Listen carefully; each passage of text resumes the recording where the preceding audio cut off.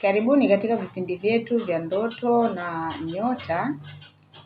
Siku ya leo nataka kuzungumzia kwa mfano kuota unaletewa maiti ukiwa umelala au sehemu uliolala, na siku nyingine unaota unaletewa jeneza likiwa halina maiti.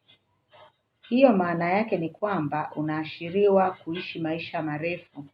Kuota unaongea na marehemu ndugu yako, anakwambia ufanye jambo analotaka au anataka kuwalaani watu fulani wa familia yake. Maana yake jambo hilo ni kweli, na kutakuwa na jambo baya walilomfanyia maiti huyo.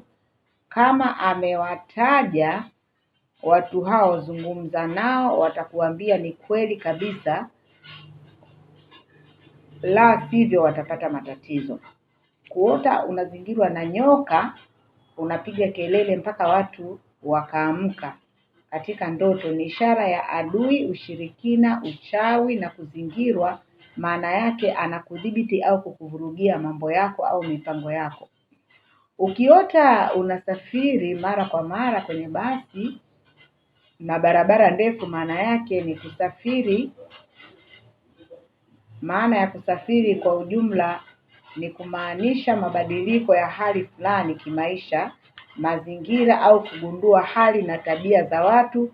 Au kusafiri katika basi inamaanisha kutukuzwa, heshima, kupata maendeleo au kupata ukitakacho, kama itakurudia mara kwa mara au ni mzunguko unaonyeshwa wa maisha yako. Ukiota unaruka kwa ndege, ndoto za kuota unaruka ni ishara ya safari au kuharakishwa kwa mambo yako ambayo umeyapanga, au kupata mafanikio katika mambo yako au mipango yako. Kuota unakimbizwa na ng'ombe, maana yake ni kwamba ng'ombe katika ndoto ni mwanamke. Kitendo cha kukimbizwa maana yake ni adui. Hivyo basi ujue kuna uadui wa mwanamke huyo. Inategemea na huyo ng'ombe alikuwa na rangi gani, au alikuwa mweupe au mweusi, kwa mnene. Hiyo ni juu yako, au tafsiri yake inakuja kutokana na aina ya ng'ombe uliyemuota. Kuota unaolewa na jini au umeoa jini ni ishara ya matatizo.